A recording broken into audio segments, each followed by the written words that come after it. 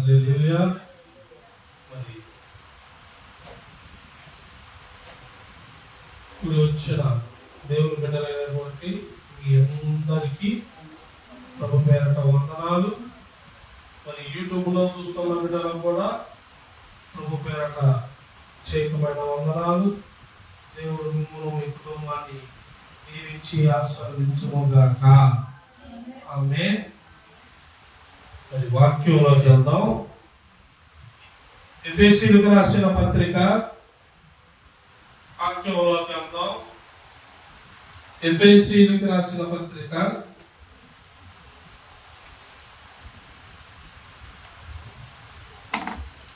6వ అధ్యాయం. ఎఫెసీయులకు రాసిన పత్రిక 6వ అధ్యాయం 12-13 చదవండి. ఎఫెసీయులకు రాసిన పత్రిక 6వ అధ్యాయం 12-13. ఏలైనగా మనము పోరాడునది శరీరులతో కాదు, శరీరులతో అన్నకాడ 2 ఉంది.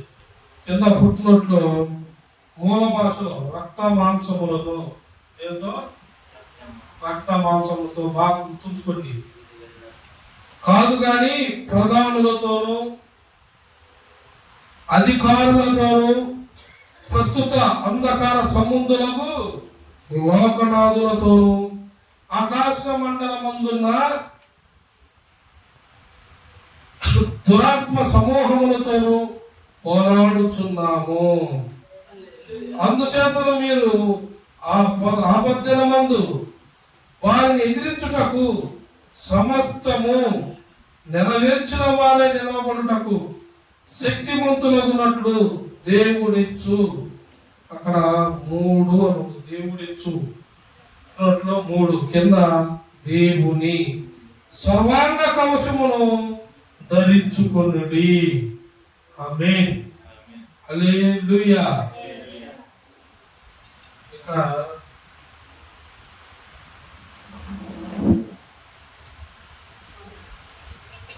చదివిన వాక్య భాగంలో ఏమని చెబుతున్నాడు? ఏమైనా మనం పోరాడున్నది శరీరంతో, అంటే రక్త మాంసములతో కాదు కానీ, రక్త మాంసములతో కాదు కానీ మరి ఎవరితో? ప్రధానులతోనూ అధికారులతోనూ ప్రస్తుత అంధకార సంబంధులకు లోకనాథులతోనూ. ఎవరితో? లోకనాథులు ఎవరిలో ఉంటారు? లోకం నాదే. ఊరిది అపవాది. మరి అపవాది చూపించి బట్టలు ఎందుకు చేసుకోవడం? బట్టలు కూడా అపవాది డెకరేషన్ చేయించి ఎందుకు చేసుకోవడం? అపవాది కాదు, లోక సంబంధం ఏంటంటే లోకాన్ని ప్రేమించేవాడు లోక సంబంధి. అపవాది పేరు ప్రతిభూమి చెప్పాలంటే వాడెందుకు వాళ్ళకి? వాడి దేవుడు కూడా అదే చెప్పాడు, మనం ఉంటుంది లోకంలోనే, భూమి మీదే. కానీ మనం పోరాడుతున్నది లోకనాథులు, ప్రస్తుత ఇప్పుడు నడుస్తున్న అధికారులు, వీళ్ళందరితో మన పోరాటం రక్త మాంసంతో కాదు. రక్త మాంసం మట్టి నుండి తీయబడింది కాబట్టి మట్టి అయిపోయింది. కానీ ఈ మట్టి నుండి తీయబడిన ఈ శరీరం, ఈ రక్త మాంసము భూమి మీద ఉన్నంతసేపు ఎవరెవరితో? లోకనాథులతో, ప్రస్తుత అంధకార సముద్రులతో, ఆకాశ మండలంలో దురాత్మలతో. అంటే ఇప్పుడు ఆకాశ మండలంలో దురాత్మలు తిరుగుతున్నాయి. ఆకాశ మండలంలో దురాత్మలు జరగకపోతే ఈ వ్యతిరేకతలు ఎవరు పుట్టేస్తున్నారు? మరి ఈయనతో నువ్వు పోరాటం చేయాలి. ఈ శరీరం అనే దున్నపోతు శరీరం అని ఉంటారు. అంటే మనకు మనం పరిశుద్ధపరచబడ్డాం, పరిశుద్ధాత్మతో నింపబడ్డాం. మన శరీరం ఎప్పుడు పోరాటమే. శరీర ఇచ్చల మీద పోరాటమే, లోక ఇచ్చల మీద పోరాటమే, ఐక్యతల మీద పోరాటమే.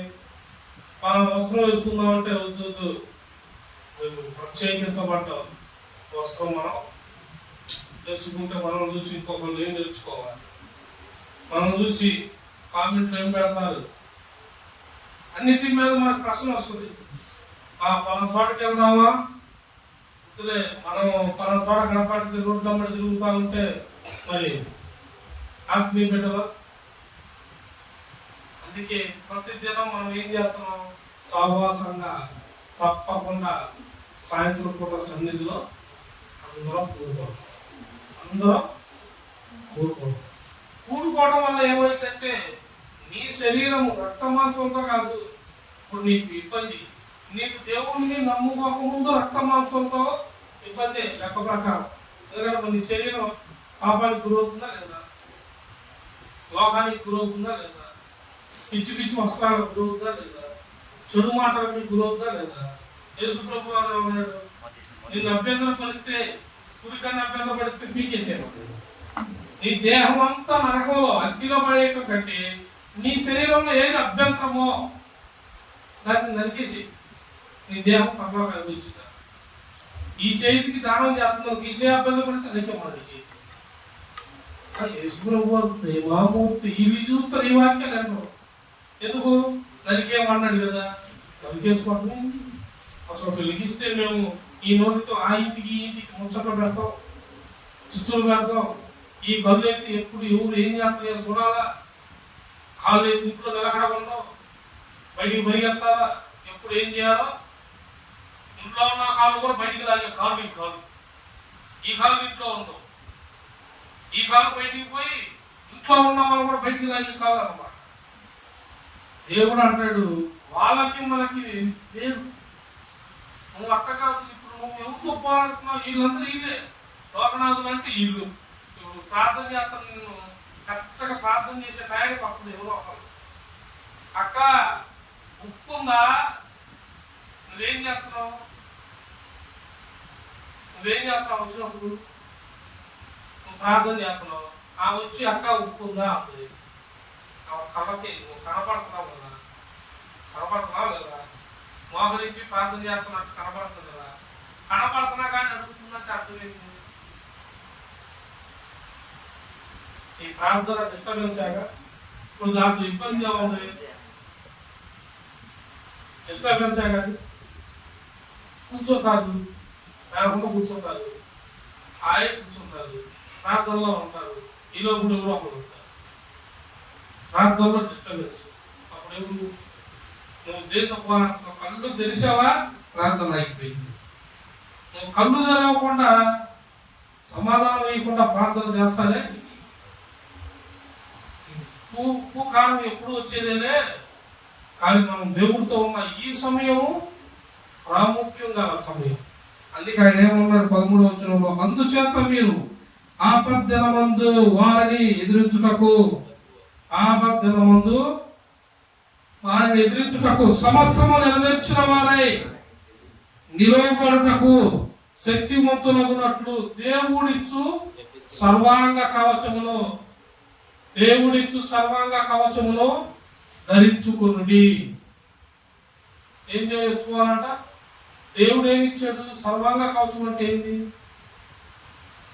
సర్వాంగ కవచం అంటే ఏంది, ఏంటంటే దేవుడితో ఉంటే తెలిసి, దేవుడితో ఉండలేదనుకో ఏమో మాకేం తెలుసు, ఈ సర్వాంగ కవచాలు విశ్వాస యాత్రలో మాకేం తెలుసు, మేము 3 పూటలు తింటాం, 12 గంటల్లో 1 గంట వదిలేసి 11 గంటలకు నిద్రపోతాం. అర్జెంటుగా ప్రార్థన ఉందనుకో, నీకు నిద్ర వచ్చిందనుకో, నిద్ర ముఖ్యమా ప్రార్థన ముఖ్యమా? ఎటు అప్ప ప్రార్థనే కానా ప్రార్థన వెళ్ళిపోతారు, అలా వెళ్ళిపోతారు. ఎందుకు వాళ్ళకి ఆ సమయం వచ్చిందంటే, ఆకలి ఏంటంటే ఫాస్టింగ్, నువ్వు ఫాస్టింగ్ నువ్వు ఉండు, మాకే సంబంధం లేదు. ఉపవాసం ఎంతమంది ఉంటున్నారు, స్తోత్రం ఉండలేదు కదా. ఏం కోల్పోతున్నారు మీకు తెలుస్తుందా విలువలు? ఇకలోక సంబంధమైన ఈ చూస్తున్నారు మీరు.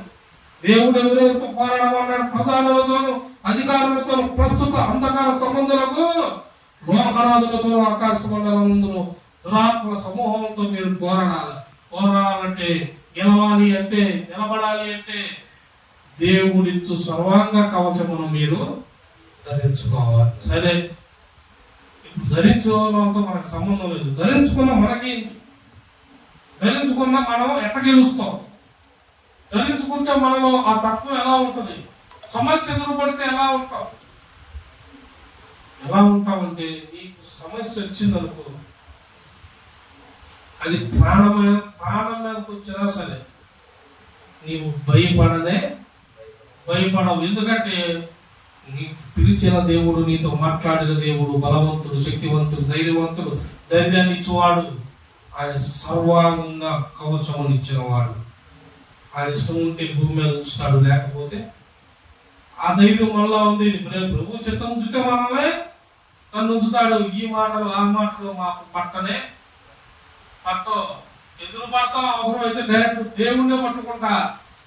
అడిగి పోతానని దాన్ని ఉంచుతావా, శక్తినిస్తావా, తీసేసుకుంటావా? కొంచెం సమయం ఇస్తే కొంచెం పనులు ఉన్నాయి. నేను కొన్ని పనులు విడుదల చేశాను. ఇవి ఇచ్చిన పనులు నా పనులు కాదు, నా ఇంటి పనులు కాదు, నా వారి పనులు కాదు. నువ్వు నాకు అప్పగించిన బాధ్యతలను నేను నిర్లక్ష్యం పెట్టి తిని ప్రభువా. ఇప్పుడు ఎదురుపడుతున్నాడు వాడు, నన్ను ఎదుర్కొంటున్నాడు సాతాన్, నన్ను ఎదుర్కొంటున్నాడు ఒక వ్యక్తి. ఆ వ్యక్తిని ఎదుర్కొన్నప్పుడు నన్ను దాటిపోకయ్యా, సమాధానమి, బలమి, శక్తిని ఎదుర్కొంటాం, మనం పట్టుకుంటాం. అలాంటి వ్యక్తి బైబిల్లో కూడా ఒకళ్ళు ఉన్నారు. ఎవరో తెలుసా? చూడండి, ఆది కాండము 32వ అధ్యాయము. ఆది కాండము 32వ అధ్యాయము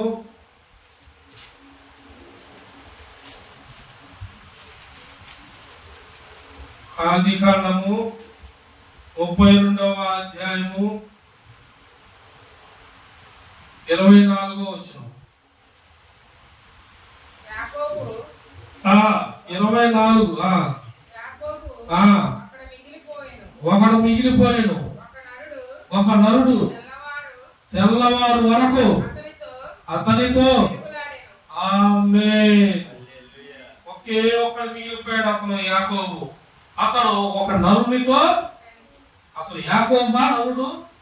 ఎవరు నరుడు? మనల్ని ఏమంటారు? మన మనుషులు నరుడేనా అనేది? ఓ నరుడా, ఇదివరకు కథలు వేసేవాళ్ళు కదా, కథలు రోడ్ల మీద బుర్రకథలు చెప్పేవాళ్ళు. వాళ్ళు అందులో ఏమని పిలుస్తారు? మానవా, ఓ మానవా అని యాక్టింగ్. అందులో వాళ్ళ భాష అది. ఎందుకంటే ఎలాంటి కాలంలో అక్కడ రాజులు మాట్లాడతారని తెలియపరిచేవాళ్ళు. ఆ కథలు చూసా, రాజులు ఈ వస్త్రాలు వేస్తారా, వంట రోజుల కాడ ఈ పరిచయం ఉంటాయా, ఓహో వినడానికి మీసాలు ఉంటాయా అని మన వాళ్ళు అప్పుడే చిన్నగా తెలుసుకోవడం మొదలు పెట్టారు. అవునా కదా? కానీ అయ్యేతే తెలుసుకున్నావు తొందరగా, మరి ఇది దేవుడు మాట తెలుసుకునేది. యాకోబు ఒక్కడే ఒంటరిగా ఉన్నాడు, ఒక నరుడితో రాత్రంతా. ఆ నరుడు ఎవరో తెలుసా? దేవుడే మానవ రూపంలో యాకోబుకి ఎదురుపడ్డవాడు. రాత్రంతా అతనితో యాకోబు పెనుగులాడాడంట. రాత్రంతా కింద వచనంలో ఉంటుంది, చదువుకోండి. దాని కింద ఇంటికాడికి వెళ్ళి చదువుకోండి, ఇక్కడ టైం లేదు. నరుడు రాత్రంతా ఎవరితో పెనుగులాడు? దేవుడితో పెనుగులాడుతున్నాడు. ఇక పెనుగులాడుతుంటే ఇబ్బంది పెడుతున్నాడని యాకోబు తొడకుటి వసిలేదట్టు ఒక్కటిచ్చాడు దేవుడు. ఒక్క చేతితో ఒక దెబ్బ తొడకుటి ఉసిరిపోయిందంట. అయినా సరే వదల్లా, యాకోబు వదల్లా. నాకు ఎదురు పడ్డవాడు నన్ను చీల్చుతాడు, చంపుతాడు, ఏం చేస్తాడో తెలీదో. నాకు శక్తిని, సమాధానాన్ని, ఎదుటి వాడి హృదయాన్ని కదిలించో, నేను నిన్ను మాత్రం వదలను అన్నాడు. యాకోబు అప్పుడు అన్నాడు, నీ పేరేంటి? యాకోబు. నీవు యాకోబు కాదు, మనుషులతోనూ దేవునితోనూ పెనుగులాడి గెలిచితి కాబట్టి నీ పేరు ఇశ్రాయేలు. దేవుడు పేరు పెట్టిన వ్యక్తి అతను యాకోబు ఒక్కడే. కానీ తప్పులు చేశాడు, ఒప్పులు చేశాడు, ఎన్నో చేశాడు. కానీ తెలుసుకున్నాడు, సమాధానం దొరకాల. కానీ నా ప్రాణం పోయే స్థితి వచ్చింది. వాడు ఎదురు పడుతున్నాడు. వాడికి చేసిన నేను కీడును వాడు గుర్తు చేసుకుంటే నా మీద పులిపడే సింహం వలె గద్దించి చీల్చగలడు. కానీ వాడిని ఎదుర్కొన్నకు నాకు ఒక ఆయన ఉన్నాడు. ఆయన నేను తెలుసుకున్నాను. ఆయన పేరే జీవంగల దేవుడు. ఆయనతో వెలుగులాడాడు డైరెక్ట్. మరి నువ్వు వెలుగులాడుతున్నావా? వెలుగులాడేది ఉందా? వెలుగులాడేది ఉందా? చాలా మందిని చూస్తున్నాం. అందరూ ఉన్నారా? 100 కారణాలు, 100 పరిస్థితులు మనం చెప్పుకోవాలి.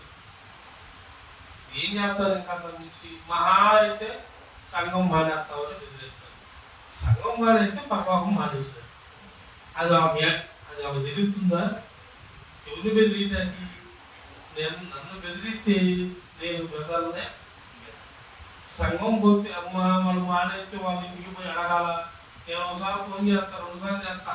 ఫోన్లు ఎత్తట్లేదు అనుకో, అసలు ఆయన ఇప్పిస్తా. వృత్తి పుణ్యానికి మానేస్తే పద్యానికి అనేది నేను ఫస్ట్ నుండి చెబుతున్నా. ఏదైనా డౌట్ ఉంటే నాతో మాట్లాడండి.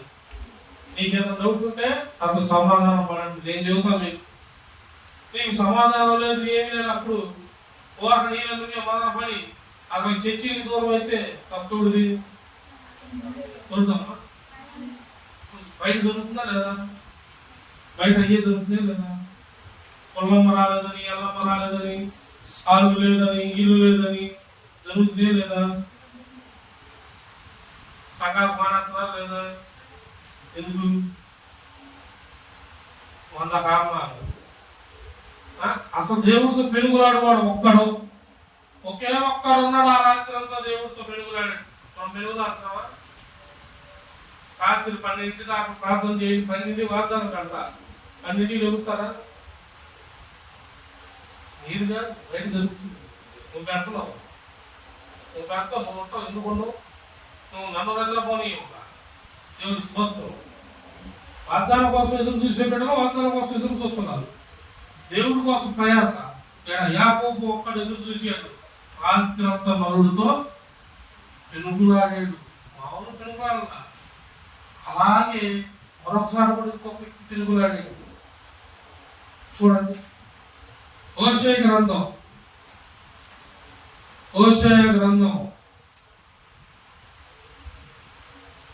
అది ఏమనుకుంటే దానియేలు గ్రంథం పక్కనే ఉంటుంది.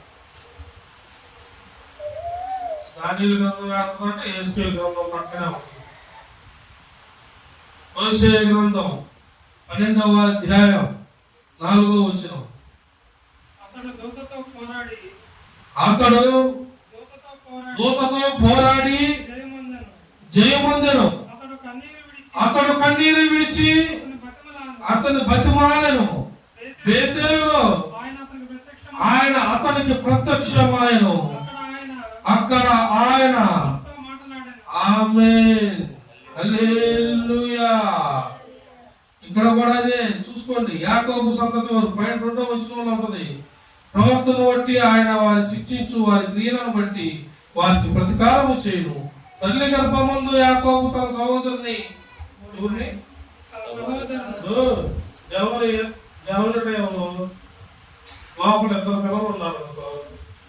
లోపల 2 పిల్లలు ఉన్నారు అనుకో, ఒక పిల్లడు ముందు వస్తాడు.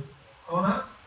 మళ్ళీ 2వ కూడా రాసే టైం వచ్చినప్పుడు వాడు ఈ అట్టగది యాకోబు ముందోడు పోతున్నాడంట బయటికి. వీడు పోతున్నాడు, ఈ నాకంటే ముందు పోవట్లేదని పోయేవాడు మేడం పట్టుకున్నాడు. పాప వాడి మేడం పట్టుకొని వాడితో పాటు వాడికన్నా ముందు వీడు వచ్చాడు బయటికి. మేడం పట్టుకొని యాకోబు ముందు వచ్చాడు. నాకంటే ముందుకు వచ్చి నా పెద్ద అవుతాడు. ఈ నేను అన్నాను కావాలా? ఈ లోపల వేసాడు. తల్లి గర్భంలో ఉన్నప్పుడే యాకోబు అంత జ్ఞానవంతుడు కుట్ర వేసాడు. తల్లికి ఎవరంటే ఇష్టం? చెప్పాకంటే చెప్ప కొడుకు అంటే ఇష్టం. నువ్వు ఒకడవే. నీకు సగం బ్రెయిన్ ఉండదు, సగం బ్రెయిన్ ఉండదు. ఒక్కోసారి ఆడ వస్తుందో పక్క ఎక్కలేదా? అదిగో తల్లికి ఎవరంటే ఇష్టం? పై కూరగానే పెద్దవాళ్ళు కూతురైనా కొడుకైనా ఊరకడు అట్టనే. నీ రూపాయి నీకు ఇచ్చా, నీ పావులా నీకు ఇచ్చా, పది రూపాయలు ఏంది ఇది? నా చిన్న కుమారుడి వాడు తర్వాత చేస్తాడు, ఇప్పుడు కాదు, లాస్ట్లో ఉంటది. నీకు పలావు ఇప్పుడు లాస్ట్లో పులిహార పడదు. చివరికి నీ కార్యక్రమం చేయాలన్నా మళ్ళా అసలు కొనుక్కోవాల్సిందే. ఆ టయానికి వాడికి సమస్య కనపడింది అనుకో, ఈ కార్యక్రమం కూడా చేయడు. నేను నిజమే చెబుతున్నా, ఈ కార్యక్రమం కూడా చేయడు. ఎందుకంటే వాడికి నువ్వే ఉగ్గు పోసినట్టు ఏం పోసావు? కుళ్ళు, కుతంత్రం, స్వార్థం కూర్చోబెట్టి ముద్దలు పెట్టి బాగా నేర్పావు. చివరికి ముద్దకు ముద్ద లాస్ట్లో నీ ముద్ద పెడతా కూడా నీకే వస్తాడు. కంపల్సరీగా అదే జరుగుతుంది, చాలాసార్లు జరుగుతుంది. దేవుడు చెప్పింది వాస్తవం జరిగింది. ఎంత ప్రేమిస్తుందో చివరికి అన్ని ఏం చేస్తాం? ఇన్నాళ్ళు చూసాం, ఏడ చూస్తాం, డబ్బులు ఏడ ఉన్నాయి, 10 రోజులు హాస్పిటల్ పోతానికి. దేవుడు మా పరిస్థితే అత్త మాత్రం. ఆ టయానికి నీకు నిజంగా కొంచెం ఏదన్నా ఇబ్బంది పడింది అనుకో, అత్యాసకులు 10 రోజులైంది వాకి ఎందుకేమో అనవసరంగా మా ఇబ్బంది పడుతుంది. ఆ బోర్డు మాకేమో రన్నింగ్ లేదు, రొటీన్ లేదు, ఏం పెట్టి పెంచా పడదు రాక. ఓరు ముద్ర హే, ఎన్న ముద్ర హే, ముక్కలు పెద్దోడికి పెద్ద చిన్నవారా వాడికి ఏడాకాడ తింటాడు, వాడు ఏడాకాడంట. ఆడేమో రోడ్ల మీద సత్రాల్లో తింటాడు, ఈ ఇంట్లో కూర్చుంటాడు, ఆడేస్తాడు. ఒక భయం వచ్చింది, దేవుని స్తోత్రం.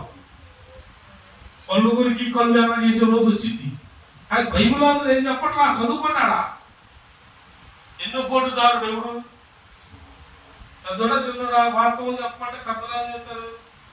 పెద్దోడు మంచోడు అంటారు, చిన్నోడు మంచోడు అంటారు. ఇంటికి పెద్దోడు ఏమి తెలియని వాడు ఉంటే ఏదన్నా శుద్ధిగా మాట్లాడతాడు, లేకపోతే ఆడైతే ఆ మాట మీద ఉంటాడు. కుటుంబం కోసం ఏదైనా చేయగలడు, నుంచోగలడు.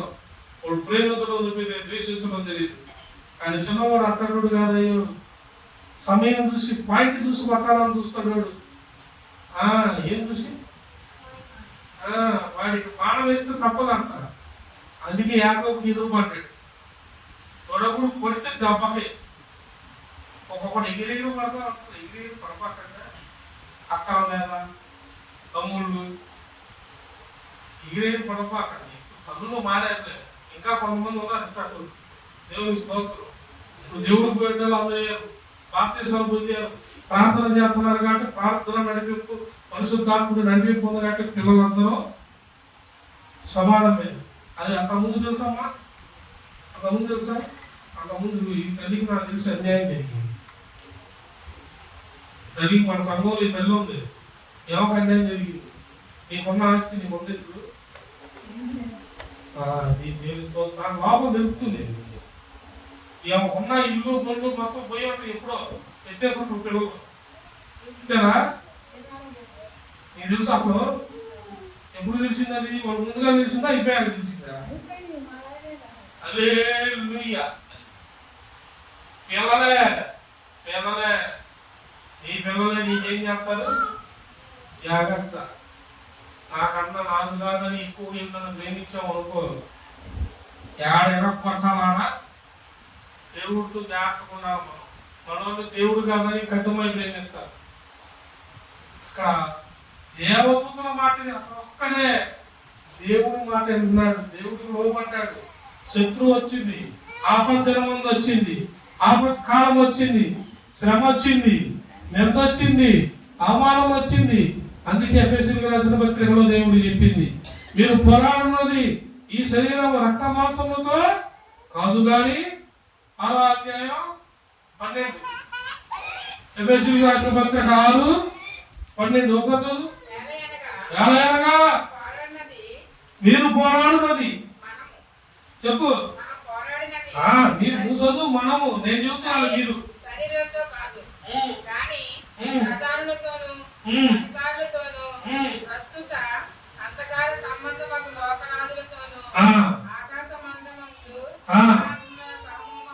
ఉంది కదా, ఆకాశ మండలంలో దురాత్మల సమూహం కూడా ఉంది కదా, లోకనాథులు అని ఉంది కదా, ప్రధాన అధికారులు అని ఉంది కదా, భూలోక అంధకార సముద్రాలు ఉంది కదా. ఇంతమందితో మన పోరాటం ఉందని తెలుసు కదా, ఉందని తెలుసా లేదా? మరి పోరాడి గెలవాలి కానీ పోరాడకుండా యాకోబు గెలుచుకున్నాడా? పెడుగులాడా ఆది ఖండంలో ఆగోపక్కడ రాత్రంతా నరుణ్ణి పెడుగులాడి గెలిచాను, సమస్య ఎదురుపడింది, గెలిచాడు లేదా? మరి నువ్వేం చేస్తా? మన వాళ్ళు సమస్య వచ్చిన వాళ్ళకు దారులు ఏ దారి కూడా తెలియదు, మొలదారు కప్పదారు గొప్పదారు దేవునికి స్తోత్రం కలుగుగాక. ఎట్టాగట్ట ముందు సాధించుకోవాలి, ఏదో ఒక దారి వెళ్ళాలి, ఏదో దారి పో, చివరికి ఏ దారి లేక ఎడారి అయిపో. హల్లెలూయా. ఏదో దారి కాదు, ఒక దారి ఉంటుంది. ఆ దారి దేవుడితో పెనుగులాడితే దేవుడు నీకు బయలుపరుస్తాడు. చూడు కావాలంటే కొలస్సీలకు రాసిన పత్రిక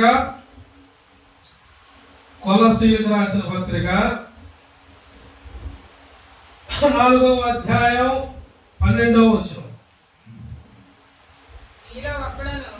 మీలో ఒకడును క్రీస్తు యేసు దాసుడునైనా ఎపఫ్రా మీకేమని చెబుతున్నాడు? మీకు వందనములు. అమ్మా మీకు వందనాలు. కళ్ళు తెరవబడ్డాయా?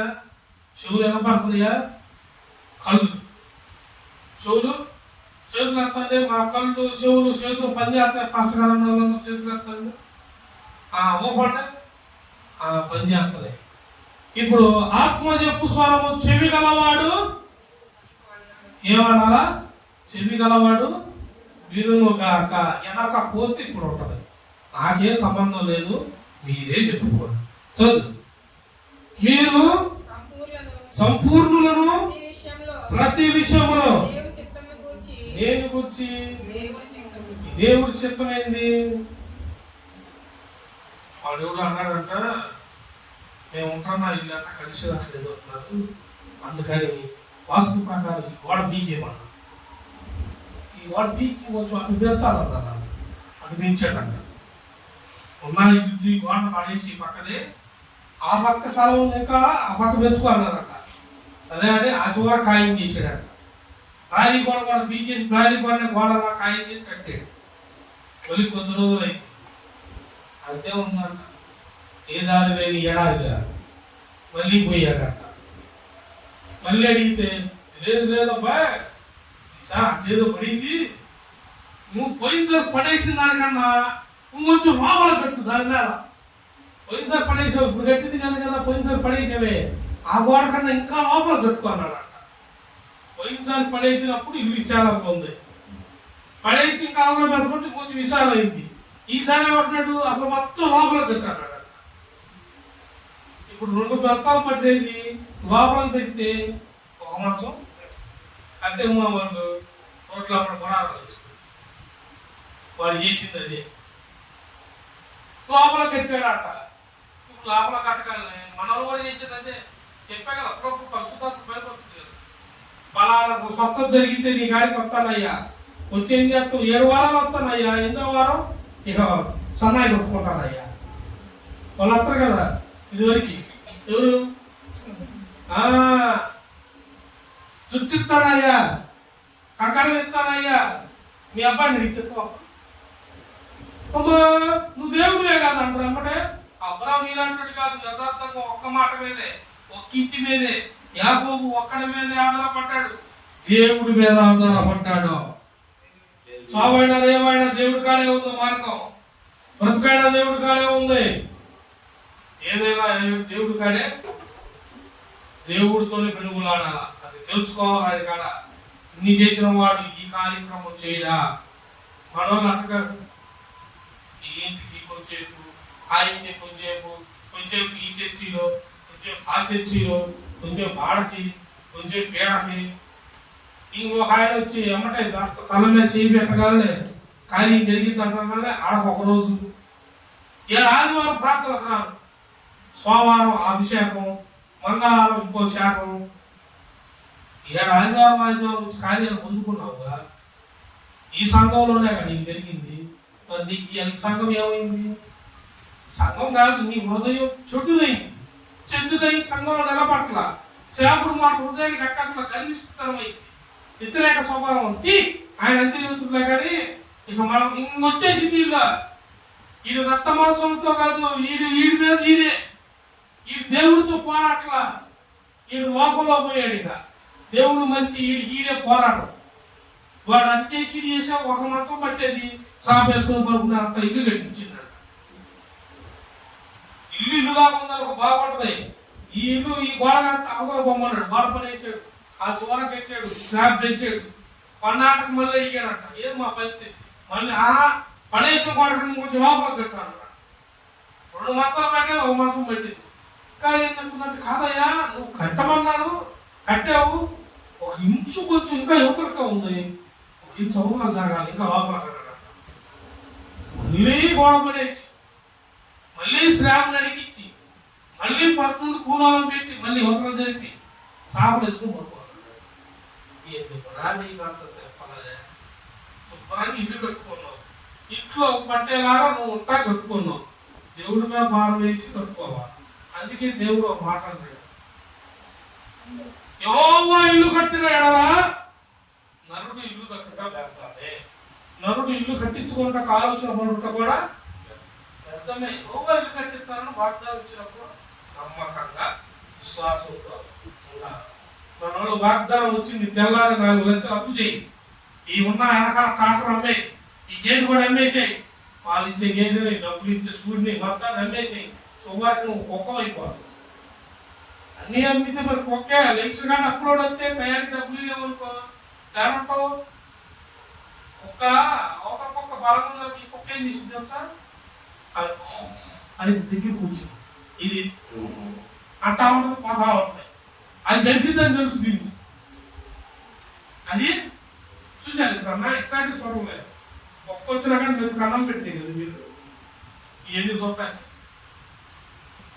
ఒకవేళ ఎప్పుడు ప్రేమించిన పక్షుల్ని, చేపల్ని తెలుసుకొని అప్పుడప్పుడు తెలిస్తే కొంచెం మానవత్వం లోపడుతున్నా వాటి చూసినా బుద్ధి వచ్చింది. నాకు ఫస్ట్ కొంచెం మా ఇంట్లో నేను ఒక్కనే పశుప్రేమి ముక్కుంది. పశువు అన్నాగా ఇబ్బంది పడతలేను. చేపలు పెంచా, ఉడకలు పెంచా, కుక్కలు పెంచా. ఇప్పుడు కూడా దేవుని స్తోత్రం. మన పండాన్ని తెచ్చుకుందాం. పండాలు పదే ఉన్నాయంటే పాఠం గారు, నువ్వు పండ కావాలా బాబోయే అంటాను నన్ను. నేను పండాలంట అంటే ఆహారం అట్లా ఉంటుంది కదా, మళ్ళీ అది కూడా తెలుసుకోండి. ఇక ఆహారం కుక్కల్ని, పిల్లల్ని అన్నింటినీ కలిసండి, అన్నింటినీ కుక్కల్ని, చిలకల్ని, చేపల్ని అన్నీ తెచ్చి పెంచుకుంటే కోడి పిల్లలు కనపడ్డాయి రోడ్డు మీద. కోడి పిల్లలు అమ్ముతుంది, అవి తీసుకొని వచ్చా, అవి తీసుకొచ్చి ఇంట్లో పెట్టా. రాజు కూడా ఆమె లేదు, హైదరాబాద్లో ఉన్నారు పాస్టర్ గారు. ఇక నేను పెంచుతుంటే కోడి పిల్లలు ఏం చేస్తారు, ఒక కోడి పిల్ల ఒక కోడి తెస్తా ఇంట్లోనే తిరుగుతుంది. ఒక కోడి పిల్ల చూసిపోయింది. నేను కూర్చున్నాను, అవి వేటేస్తాను ఇంట్లోనే, వాళ్ళ కాడ కూర్చున్నాను. అది ఎట్లా జరిగిందో నేను ఫోన్ మాట్లాడుతున్నా, ఎవరు ఫోన్ చేసి ప్రార్థన చేస్తాను. అది నా కాలు కిందకి వెళ్ళిపోయిందో ఏడకి వెళ్ళిపోయిందో తెలియదు.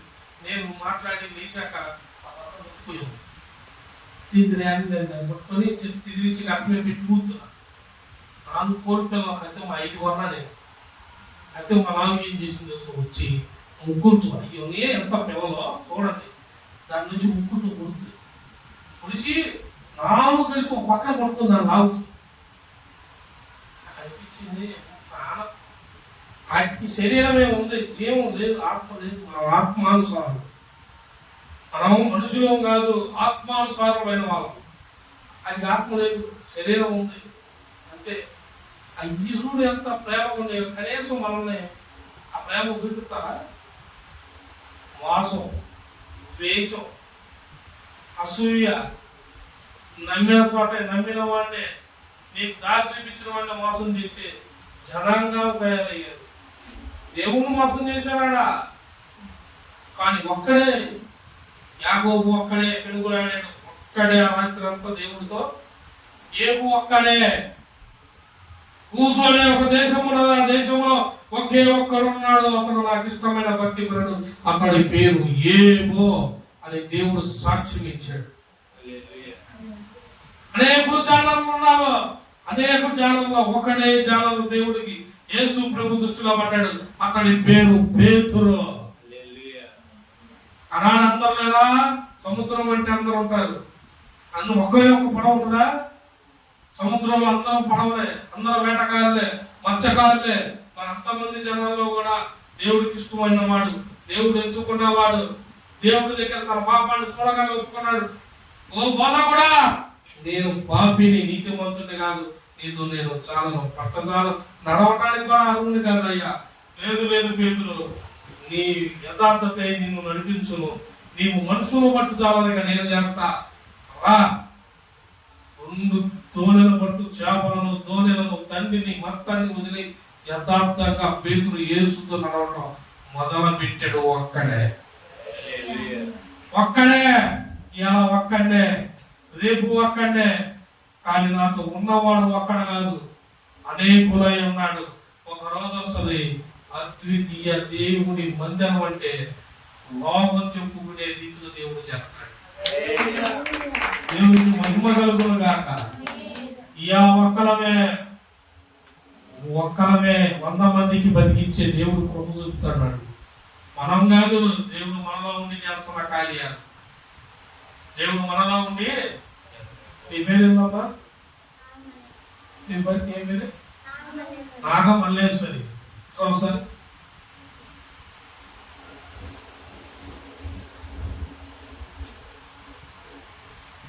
కనబడుతుందా? ఈ బిడ్డ పేరు, ఈ తల్లి పేరు నాగమల్లేశ్వరి. 3 రోజుల క్రితం వచ్చింది. మొన్న సాయంత్రాలు డైలీ ప్రాంతంలో ఉంటాయి కదా, డైలీ చేస్తాం. 3 రోజుల క్రితం వచ్చింది. నీకేముందమ్మా? ఏముంది? వచ్చినప్పుడు ఎలా ఉంది తెలుసా? వచ్చినప్పుడు నువ్వు ఎలా ఉంది? వచ్చినప్పుడు ఎలా ఉన్నావు?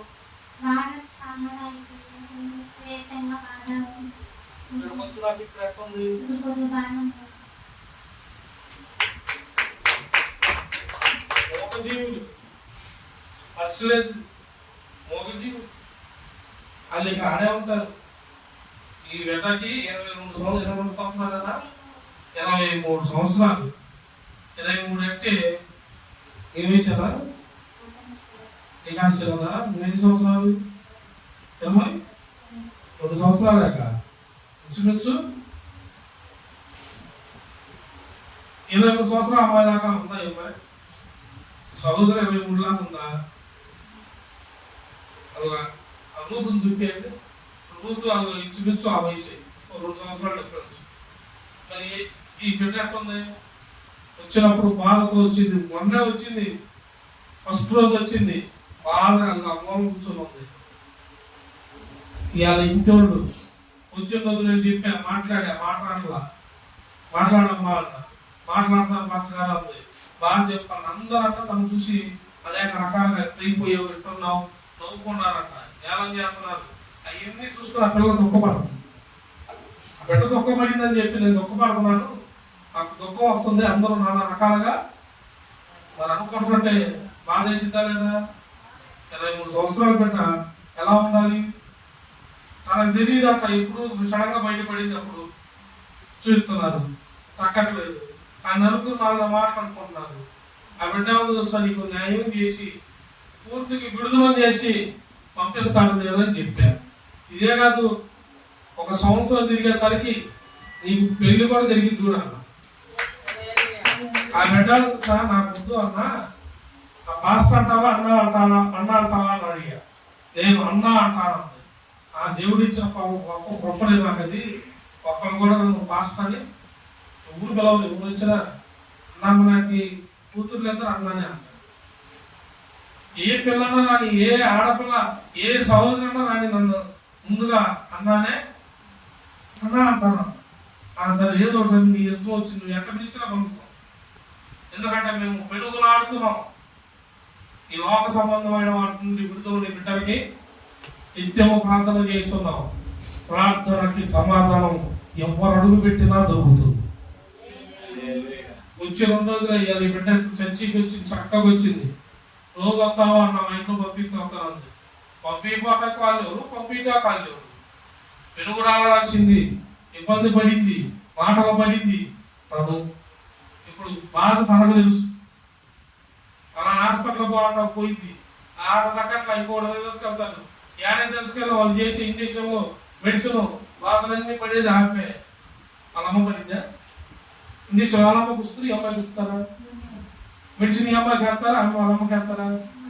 వాళ్ళ నాన్నకి అమ్మకి ఏదిగా బాధలు ఎవరు పడుతుంది? వాళ్ళ అక్కడ ఏదో అమ్మాయి అంటుందంటే ఏదైనా కర్మ, మరి ఏం చేస్తాం, పిల్లకది వచ్చిందట. కానీ తను ఈడు పాటలందరూ బాధ చూస్తా తను చూసి అయిపోయింది అంటే ఏం చేస్తాను నా కర్మ అనుకోగలదా? లోపల బాధ, ఆ బాధను వ్యక్తం చేసింది. మొన్న దేవుడు మాట ఇచ్చాడు, నేను కాదు, దేవుడు నీ పక్షాన చేస్తాడు, నీవు నమ్ము, శ్రద్ధగా నువ్వు రా 8 నేను 8 ఉంటా, సాయంత్రం 8 రా, 9 ప్రార్థన చేసి వెళ్ళామా ప్రేదాలతో సహా తీసుకొని వెళ్తుంది. ఆదివారం టైం ఎన్నింటికి నేను ఫస్ట్ రోజు చెప్పా, రాత్రి అడిగాను, పొద్దున్న చర్చకి వస్తావా అన్న. కొత్త పాస్టర్ గారు అంది. ఎన్నింటికి తెలుసా అంటే 9 స్టార్టింగ్ అండి అని చెప్పి అన్నట్టుగానే వచ్చింది. 9:30 మొదటి రోజే. దేవుని స్తోత్రంలో ఉంది కాక. ఆ బిడ్డ నమ్మకాన్ని దేవుడు ఒమ్ము చేస్తాడా? ఆ బిడ్డ పెరుగులాడుతూ నేర్చుకుంటుంది. ఇప్పుడు ఆ బిడ్డకు ముందు ఎవరు పెరుగులాడుతున్నారు? దేవుడితో పెరుగులాడుతున్నది దేవుడు అంట. మీరు మీకు ఇచ్చి సమాధానం. ఆ బిడ్డ పెరుగులాడుతుంది ఇప్పుడు ఎవరితో? నేర్చుకుంది, నాకు కార్యం చేస్తాడు, ఆరోగ్యం ఇస్తాడు అని నేర్చుకుంది దేవుడితో పెరుగులాడతాం. కానీ ఈ బిడ్డకి ఈ వాగ్దానం రావటానికి ముందు పెరుగులాడింది ఎవరు? దేవుడితో. బ్రెయిన్ పని చెప్పేది పోయింది. కూరల మీద, పూటల మీద, సట్టెల మీద, పెట్టల మీద పెట్టుకోండి బ్రెయిన్. ఇప్పుడు ఆ అమ్మాయి ఎదిగిందాక పోరాడేది ఎవరు? నీకు కార్యం జరిగిందాక పోరాడింది ఎవరు? ఎవరు? మీరు ఈ ఇంట్లో లేనట్టున్నారు, మీరు కూడా తిరుగుతున్నారా? ఇంటి దిగితే ఆ తప్పవయ్యా తిరుగుతున్నారు మీరు కూడా. గడ్డ ఎత్తవయ్యా, ఇష్టమయ్యా అంటే మళ్ళా మీరు అసలు అట్టటోళ్ళు నాకు ఉండదు. అక్కడ అసలు నాకు నచ్చదు. ముందు మన ఎవరో చెప్పారు, జాషువాను వాళ్ళ బావ ఇద్దరు మాట్లాడుకుంటున్నారు. ఫోన్లో వస్తుందంటే ఈ మన పాటగారి కాడికి వస్తే సరిగ్గిస్తానని చెప్పారు. అంటే మా బాధ లేదు, నేను ఉన్నదే చెబుతా. అది కొంచెం చేదుగా ఉంటుంది, వింతగా ఉంటుంది. కానీ బైబిల్ దేవుడు బోధించిన మాట రేపు నిలకడగలిగిన మాట. ఇప్పుడు కండిషన్ గా ఉంటే నిలబడతాం, లేకపోతే ఉండదు. దేవుడు దీవించును గాక. కూర్చోమ్మా. అది ఇప్పుడు ఆ బిడ్డకి చేసిన కార్యం మరి నీ చేయడా? ఆ బిడ్డ కార్యం చేశాడు, నీ చేయడా? మరి నీలో ఉందా ఆ పెరుగులాట? నీలో ఉందా యథార్థత? నీకుందా ఆ మూలం? నువ్వు చేస్తున్నావు సాధన? పాటలు పాడతావమ్మా నా పొద్దున వచ్చినప్పుడు అందు ఫస్ట్ రోజు కాదు ఎవరన్నా అంతే అంటారు అనుకున్నా. కానీ నేను ఇందాక లాస్ట్ పాట నేను పాడుతుంటే ఒక్క చరణం, ఒక్క పల్లవి కూడా లైన్ పోకుండా పాడుతున్నారు. అంటే అమ్మాయి పాటలు పాడతాం వచ్చేలా చేస్తాడు. దాన్ని కూడా పరిశుద్ధాత్ముడు అడుగు పెడితేడా, పరిశుద్ధాత్ముడు చేయడం చదువు ప్రార్థన చేయించాడు. అంటే దానికి లోపడితే జరిగిద్ది, లోపడకపోతే ఇక నేను ద్వేషాలు విభేదాలు పెట్టుకుంటే ఏమి జరగదు. ఇక ఆడాయ చెప్పాడు కానీ ఎవరెవరితో పోరాడుతున్నావు? ప్రధానంతో, అధికారంతో, లోకరాజంతో, ఆకాశ మండలం మీద దురాత్మలతో నీ పోరాటం. ఈ శరీరంతో కాదు, రక్త మాంసంతో కాదు, ఈ రక్త మాంసాలకు ఎదురుపడ్డ ఎన్నిటితోనూ నువ్వు పోరాడి చేయించాలి. అట్టట బాధ కాదు. సో మాకు ఫస్ట్ నుండి వాస్తవం మా వంశం నుండి తరతరాల నుండి వస్తుందండి. మీరు అట్టాయి చూస్తారంటే మీరు అట్టాయి చెప్పుకొని మేము ఎట్టాగే చేస్తాం. ఏమవుతుంది? ఆచారాలు, సాంప్రదాయాలు మీరు అంటారని కాదు, కానీ భారతదేశం ముగించుకొని పోయి వాళ్ళ జారండి. దరిద్రం ముగిపోయింది. దేవుడు హల్లెలూయా. ఏమన్నా ఉంటే నేనే దండించుకుంటా. ప్రభు చెబుతా, ప్రభు వాళ్ళు అన్నాను అవ్వలేదు అనుకుంటూ, ఎందుకు ప్రభు ఈ ఆచారాలతో పెట్టుకునే వాళ్ళతో సరైన సమయాలు లేవు, ఏమీ లేవు, ఎంత ఎందుకు నీకు వాళ్ళు మారరు. ఇక వాళ్ళు కూడా నీకు చెబుతారు, కావాలంటే నువ్వు కూడా కట్టి పెట్టు, పొయ్యి పెట్టి కూర నీసాలు కూడా ఉండేస్తారు. దాని ఆ బాధలు చూద్దుగా అంటారు కూడా దేవుడు కూడా. ఎందుకు ప్రభు అంట యాగం మరి అట్టలేదు. ఒక్కడే రాత్రంతో ఒక్కడు ఉన్నాడట, ఒక్కడు కలిసి పెరుగులాడాడు డైరెక్ట్గా దేవుడితో. అధికంలో ఆ మాట ఉంది. చూడండి ఇంకొక ఆయన చూపిస్తాను. నిర్గమాకాండము 17వ అధ్యాయము, నిర్గమాకాండము 17వ అధ్యాయము 11వ వచనం. మోషే తన చెయ్యి పైకెత్తినప్పుడు ఇశ్రాయేలీయులు గెలిచారు. ఎవరు పక్షాన అంట? దేవుడు ప్రజల పక్షాన. సేవకుడు చెయ్యి పైకెత్తడం అంటే ఏందో తెలుసా? పొద్దున ఇంటికి కొండ పైకి ఎక్కి పొద్దున 6ంటికి కొండ మీద ఎక్కాడు. ఇక్కడ కింద యుద్ధం స్టార్ట్. శత్రువులు వచ్చారు, యుద్ధ సైన్యం వచ్చింది. పొద్దున్నే యుద్ధం స్టార్ట్ అయింది. 6 గంటల ముందే మోసే కొండ మీద ఎక్కి కూర్చున్నాడు. కూర్చొని అరే ఇంతమంది అజాక్ చదువుకున్నాడు.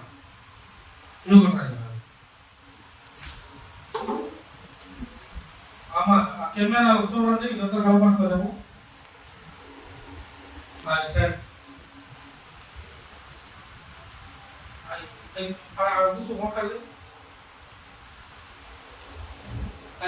ఇద్దరు కనపడుతున్నారు. ఇల్లు మొగలు అయితే నువ్వు కూడా కనపడేలా కూర్చోడు.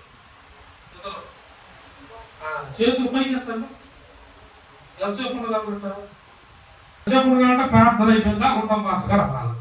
5 నిమిషాలు 10 నిమిషాలు అంటే అయిపోయింది. ఇట్లా ఆ తోడు పక్కన అనేది చెప్పింది. అక్కడ ఆగాలి అసలు చూస్తున్నాడు లేదా? మరి నాకన్నా పెద్దోడు ఉన్నాడు పక్కన. నేను తొందరపడుతుంది కానీ ఆలోచన.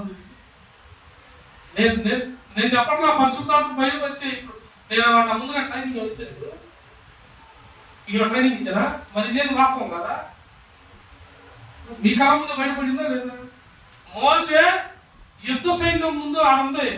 సైన్యానికి అందరూ వచ్చేసారు. యుద్ధానికి అవతలాడు వచ్చాడు శత్రులు. ఇశ్రాయేలీయుల పక్షాన మోసే తెల్లవారుజామున వెళ్ళిపోయి కొండెక్కి కూర్చొని 2 చేతులు పైకెత్తి ప్రార్థన చేస్తున్నాడు. ఈ బిడ్డలో ఈ యుద్ధము గెలుచుదురు గాక, ఈ యుద్ధమును గెలిపించుదువు గాక అని 2 చేతులు ఆకాశం పెట్టి ప్రార్థన చేస్తాడట. పొద్దున వేపుదాము ఎక్కాడట కొండ. సాయంత్రం 6 దాకా చేతులు కిందకి దించకుండా చేతులు అంతే వచ్చి ప్రార్థన చేశాడట. ఆడేమనుందమ్మా? మోసే తన చేతులు ఎత్తినప్పుడు ఎవరు గెలిచారంట? యుద్ధం పొద్దున మొదలైంది. ఎవరు నైట్ కూడా చేయడు కదా. 6 ముగించేస్తారు. వాళ్ళు ఉన్నా కాబట్టి అయిపోయింది అంతా.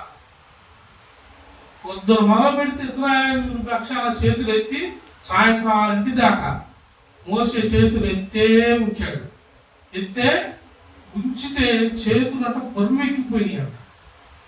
బరువెక్కిపోయినాయి. అయినా సరే మోసే తన ప్రజల పక్షంలో దేవుడితో పెనుగులాడాడు. ఒక్కడు ఆ కొండ మీద ఒక్కడు ప్రార్థనతో పెనుగులాడితే కింద ఇశ్రాయేలీయులు యేసు నామములో గెలిచారు. అతను దించడానికి నలుగురు వచ్చారు. మరి ముళ్ళంతా బరువెక్కిపోయింది.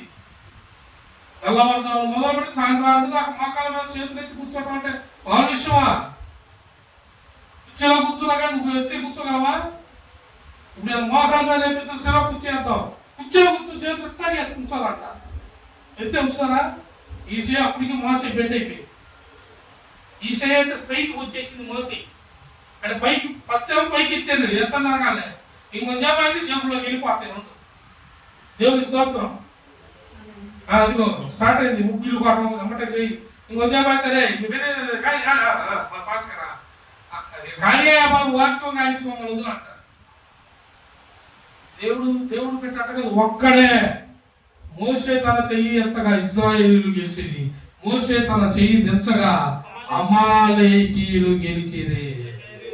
తన ఎవరు పక్షాన యుద్ధం చేస్తే, సేవకుడు ఎవరు పక్షాన ప్రార్థన చేస్తే, సేవకుడు ఎవరు పక్షాన నిలబడితే, సేవకుడి ద్వారా ఎవరైతే యథార్థంగా నడుస్తున్నారో, సేవకుడు చేసిన ప్రార్థనకి సేవకుడితో నడిచిన ప్రతి బిడ్డ నిశ్చయముగా గెలుచుదురుగాక. ఆమేన్.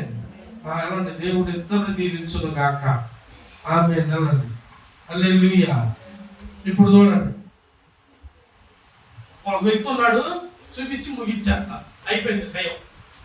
కీర్తనల గ్రంథం 56వ అధ్యాయం, కీర్తనల గ్రంథం 56వ అధ్యాయం 9వ వచనం. నేను మొరపెట్టు దినమున నా శత్రువులు ఏం చేస్తారంట? శత్రువులు ఏం చేస్తారంట? ఎప్పుడు అతను మొరబెట్టినప్పుడు, ఆయన మొరబెట్టినప్పుడు, ఇప్పుడు నిన్ను ఎవరన్నా అన్నారు అమ్మట, నువ్వేం చేస్తావు? ఈ ఓ అనుకుంటా, ఇంకా నిన్ను వస్తుందనుకో రోడ్డు మీద, ఆ చీపు తీసుకునే పడితే చాడ తీసుకుంటుంది. దేనికి? గొడవకి. ఈయనేం చేస్తున్నాడు తెలుసా? అవతల శత్రువులు కాదు, ఎవడన్నా రాని, ఈయన మొర పెడుతున్నాడు, నా మీదకి దగ్గరకు వచ్చేసారో శత్రువు మూకడ అవుతుంది, లోపల కీర్తులు చేస్తున్నారు నా మీద. దేవా, ఈ దీనుని జ్ఞాపకం చేసుకుని, భక్తుని జ్ఞాపకం చేసుకుని, జనాన్ని జ్ఞాపకం చేసుకుని, సంఘాన్ని జ్ఞాపకం చేసుకుని మొరబెట్టాడు. మొరబెట్టిన దినం మన శత్రువు వణికి వెనక్కిపోయాడంట. శత్రువు ఉడకటం, మనం కొట్లాటక్కర్లా, ఎదురు కూడా అక్కర్లా, వాడు కుయ్యత్తులు వేసాడు, మనం కుయ్యత్తులే ఎక్కర్లా. అది అవతరాలు చేసే పని. మనకు కుయ్యత్తులు మనకు అర్థం, మనకు ఒకటే క్రమం. ఆకాశమందు నీవు తప్ప నాకెవరున్నారు యేసయ్యా. ఆకాశం ముందు ఆయనే ఉన్నాడు.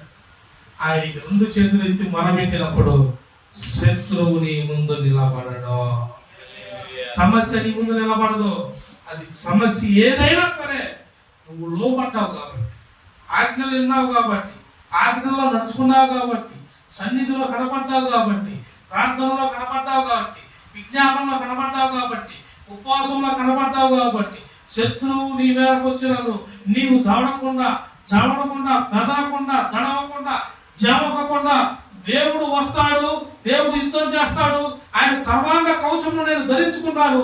ఏ శత్రువు రాడని, శత్రువు వచ్చినా, సాతాను వచ్చినా, ప్రమాదము నీ మీదకు వచ్చినా, చావు నీ కళ్ళ ముందు నిలబడ్డా, ధైర్యంతో దేవుడి వైపు చూస్తూ నిలకడగలిగి ఉన్న నీకు దేవుడి చూస్తున్న మాట, నీవు భయపడకో. శత్రువు పారిపోయే దీన స్థితి, ఆ యొక్క దీన స్థితిలో నువ్వు ఉన్నావు కాబట్టి, నీ దీన స్థితి నుండి శత్రువును కూడా పారదోసి నిన్ను గెలిపించువాడు యేసే.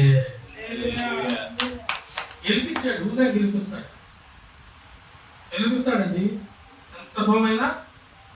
చిన్నపిల్లోడండి, మా పిల్లోడు చిన్నపిల్లలు పెట్టుకుని ఫాస్ట్ గారు ఒకటే ప్రార్థన చేయ గుర్తున్నాడు. ఏంటండి, 60 ఏళ్ళు 50 ఏళ్ళు వదిలేసి 60 ఏళ్ళు 50 ఏళ్ళు అయిపోయింది సినిమా. వాళ్ళు కొత్తటా కాదు, వాళ్ళు కూర్చొని ప్రార్థన చేయటం కూడా అవసరం పడతారు. 16 ఏళ్ళు బాలుడు, నరుడు కాదు, బాలుడుగా ఉన్నప్పుడే దేవుని కలుసుకుంటే, బాలుడు తనకి జీవానికి మెరుగైన మాటలు, మంచి మాటలు, తనకి మంచి జీవితము, మంచి జ్ఞానము, భవిష్యత్తు మొత్తం ప్రసాదించుటకు జ్ఞానం ఉన్నాడు. అందుకే బాలుడు నడవవలసిన త్రోవను మీరు నేర్పించండి అన్నారు. బాలుడైనా మనోళ్ళు, మా ఊరు చెప్పింది ఎందయ్యా, మా ఊరు చెప్పినట్టే మేము వాడు నువ్వు ఇద్దరు కలిసి ఇప్పుడు లేవులే. ఒకప్పుడు కోనేరు ఉండేవాడు, నువ్వు అన్నీ చూసావు పాస్టర్ గారు అంటారు, అన్నీ చూసావు. అప్పుడు గుర్తావు దేవుడి స్తోత్రం, హల్లెలూయా. అప్పుడు కోనేరు ఉండేవాడ, ఈతకని పోయేవాళ్ళు ఈతలు పట్టుకుంటాకి, ఇంట్లో గొడవ వేసుకున్నవాడు ఆడికి పోయి దూకటం, ఈతలు కొట్టేవాడు ఈత వచ్చిన దూకుతాడు సరదాగా, అందరూ దూకి ఈతలు పడతారు. ఇంకో బ్యాచ్ ఉంటుంది, ఇది అటు ఇది వారాలు లేని బ్యాచ్. ఇక నాకు చావేగా తినిపోయి ఊళ్ళో టైంలో పోయి అందరూ దిగు ఈత వచ్చినా కానీ పట్టడం లోపల పోయి ఇంత ఉంటాడు. నేను బావాలి బాగా ఏం చేస్తాను. ఈ పెరుగు అర్థం చేత కాదు, ఎదిరించుకొని చేత కాదు. దేవుడు ఏమన్నాడు, కత్తులు తీసుకొని కథలు తీసుకుని అలవాట్లా. నీకు శ్రమ వచ్చిందా, తెలుసు. నీకు ఇబ్బంది వచ్చిందా, ఆపు మొరబెట్టు. నీకు దారి కనపడట్లేదా, అది నా కాలం దా నేను అందుబాటులో ఉన్న సన్నిధిలో రా, సన్నిధిలో కూర్చో. సన్నిధిని అట్టకేమో ఏమేమో ఉడుకున్నా డైలీగా నేను లోపల ఉంటున్నారా, డైలీ ఉంటున్నా. సాయంత్రం పూట ఒక్క నిమిషం అట్లా వచ్చి నాకు కనపడేది కనపడతాను డైలీ. ఆదివారం రాటానికి 100 సమస్యలు డైలీ అంటే కూడా అక్కడికి దాకా ఆయన పనికి పాటలేదు కాబట్టి ఆయన వెళ్తాడు. ఎవరికి చేతులు ఎత్తి ప్రార్థన చేసి గెలిపించిన మోసేకి పని మాట వాళ్ళు తిట్టారు కాదు. నేను ఎట్లా మీరు నన్ను తిట్టగా మోసే తిట్టారు కదా. ధర్మకాండం మళ్ళీ చూపిరా అధ్యాయంలోనే ఉంటాయి. మళ్ళీ అన్ని పైన కింద చూసుకొని పక్కన ఇక అధ్యాయంలోనే అయ్యే కొనుక్కోనారంట చదువుకున్నారంట. ఊరిగా మమ్మల్ని ఆ నుండి ఇరికిచ్చావు. ఆడ మాకు కమ్మగా ఏంది దుంపలు ఆకుకూరలు ఒక్కరు కొట్టి పని చేయించాడు ఇడిచాయికి. ఈ మోస ఇరికిచ్చి ఆ నుండి దేవుడు కొడుకోవాలి. మోసని మాకు మాంసం లేదు, దాచ రసం లేదు. ఇది మనుషులు బ్రతుకులు, దిక్కుమాల బ్రతుకులు అంటారే. మొన్న ఒకటి చూశాను నేను వీడియో. కుక్క సాగు అంటారు చూసావా, అంతగా దానికన్నా ఘోరం అయిపోయింది. నాకు బాగా బాధేసి నాకు అది గుర్తొచ్చింది. అమ్మటే వాక్యం కూడా కుదాక దేవుడికి వ్యతిరేకంగా చేస్తే ఒక్క కన్నా 20 సాగు. ఎందుకు అయి దేవుడు ఆయన చూపించాడు, కమ్మగా దారి చూపించాడు, మంచి బ్రతికిచ్చాడు. మొరపెట్టుము నేను నీకు మెలకువ కలిగి ప్రార్థన చేయండి. ఏం కలిగి ఎంతమంది మెలుగుతో ప్రార్థన చేస్తున్నారు? ఉదయం, మధ్యాహ్నం, సాయంత్రం కుదిరినప్పుడు చేస్తున్నారా? ఎత్తది ఇక అయిపోయింది. చూసారా ఆ పాపాన్ని 10ంటికి నిద్రపోతాం. నేను నిన్న వచ్చి పక్క రోజు అంతా ఎక్కువ వస్తా తెలియదు. వచ్చా నేను మధ్యాహ్నం వెళ్ళే టైంలో లేచిందా అది వాపం సంగీత. నేను ఎన్నింటికి వచ్చానో కూడా తెలియదా. నేను వచ్చాను మాట్లాడుతున్నా పదపదంగా ఎదురాతో మాట్లాడుతున్నా, ఫోన్ మాట్లాడు సోయా ఏమేమో పట్ల దేవుడు వచ్చిన సర్వ ఏమైనప్పటి కాబడిందా. రాత్రి నేను వెళ్ళా మళ్ళీ వచ్చేది ఉందామా ఏడ చూస్తావు అయిపోయింది. 10 అవగాలు గంట అయింది నిద్ర. హలో స్లీప్ అంటారే అప్పుడు అదేమంటే ఉండలేనయ్యా నేను. మరి ఎప్పుడు ఉంటాను? ఆయన ఏమో క్రమం పెంచాడు. ఇవన్నీ పోరాడాలి మీరు. నేను అవగాహన చెబుతుంది మీ అందరూ ఇంకా ఉంటారు చూడు. ఆ వంట ఎదురుకుందు ఒప్పుకుంటుందని ఒక రకంగా చెప్పాలంటే దేవుడి స్తోత్రం కలుగును గాక. అన్నిట్లో రెడీగా ఉంది, ఒప్పుకుంటుంది. నేను ఒక మాట ఇస్తే సంఘంలో చాలా మంది వదిలిపోయి ఉంటారు. కానీ ఆమె నేను మాట ఇంత గజ్జలాడిద్ది. నేను పొద్దున వచ్చాను, సాయంత్రం నేను వచ్చేసరికల్లా ఈ పని అయిపోవాలంటే కాలు చేయబాగా పని చేసింది. ఎత్తగాడి చేసింది. అది వంకరో టెంకరో ఎట్లా ఒకటి ముందు పని కనపడిందా లేదా? ఏదో వచ్చి తిట్టాడు దాన్ని మళ్ళీ సరిగా మునిగిద్దామా. సంఘాన్ని వదిలిపోవాలా, నన్ను వదిలిపోవాలా, సమస్య వైపు చూడాలా. ఎన్ని సమస్యలు వాళ్ళ కూతురు విషయంలో ఇప్పటికీ అంటది. బాగుపడితే బాగుపడరు, లేకపోతే పోయింది. నేనేం చేస్తాను? ఓ పక్క అన్నీ చూసింది, మనం ఏం చేస్తాం అంది. ఇప్పుడు కూడా మనం కూడా మాట వస్తే మాటకు వచ్చి ఇప్పుడు అంటుంది. నేను చెప్పాను అయితే ఏంది నాకేంది, బాధపడితే ఆమె పడింది. అన్నిటి నుండి మమ్మల్ని తప్పించాడు, మాకు తెలుసుకోవా అంటుంది. అంటే ఆమెకేం లేదంటే నిలకడ లేదు, కొన్ని నాట్లో ఉండలేదు, ప్రార్థనకి ఎక్కువసేపు ఉండలేదు, ఆగ్రహం ఉండలేదు. బీపీ షుగర్ మొన్న 400 దాకా పోయిందంట. ఆమె ఇంకొకళ్ళు అంటున్నారు 600 దాకా పోయిందంట అంటున్నారు. 600 దాకా పోతే అట్లాంటి పనులు చేయబాకండి అమ్మ. అది ఇంకా హైపిచ్చి 600 అంటే 400 దాకా పోతేనే అందరం మరిగెత్తాల్సి వచ్చింది హాస్పిటల్. అదే లూయ ఆమె పోయింది 400 షుగర్.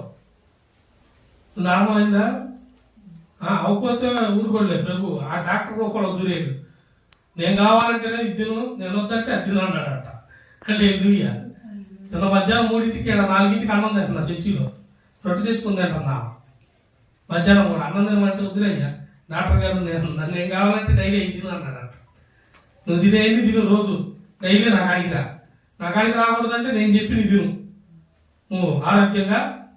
దేవుడు ఆడదురేడు, మంచి పని చేసాడు. ఇంకొక వాక్యం ఉంది చూడు, సమూయేలు గ్రంథం, 1 సమూయేలు గ్రంథం మొదటి సమూయేలు గ్రంథం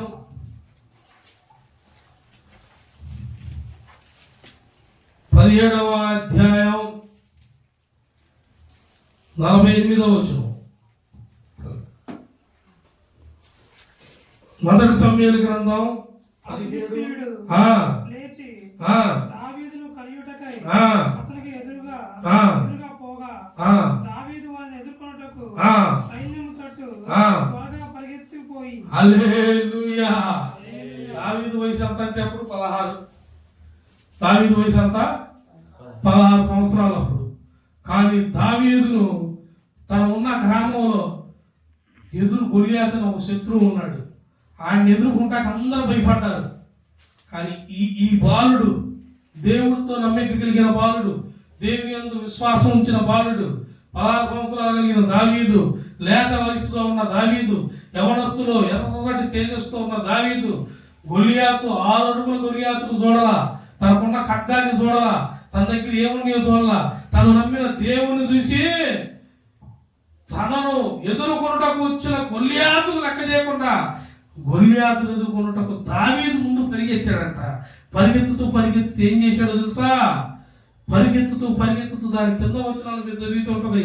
తను పరిగెత్తుతూ తన సంచిలోని ఒడిశను తీసి, రాయని తీసి ఒడిశలో పెట్టి కొడితే అందరు చూసి భయపడే దావీదు కుప్ప గురి నేల మీద పడ్డాడు. కొట్టు చప్పట్లో. రక్తాన్ని బెదిరించిన గొలియాతుని దేవుడు నమ్మిన దావీదు నేల కూల్చాడు. నేలకి ఊరే భయపడింది గొలియాతును చూసి.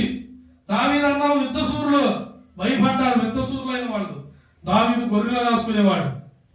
ఏమిలా క్యాట్ బాల్ అంటామే మనం చిన్నప్పుడు, వాళ్ళు వడిసెలు అంటారు. అప్పుడు సంచిలో రాయి తీసి వడిసెలో పెట్టి కొడితే 6 అడుగులోడు నేల మీద పడ్డాడు. దేవుడితో నమ్మిన ఎడలా నువ్వు నిశ్చయముగా గెలుచుదువుగాక, శత్రువును జయించుదువుగాక, సమస్యను జయించుదువుగాక.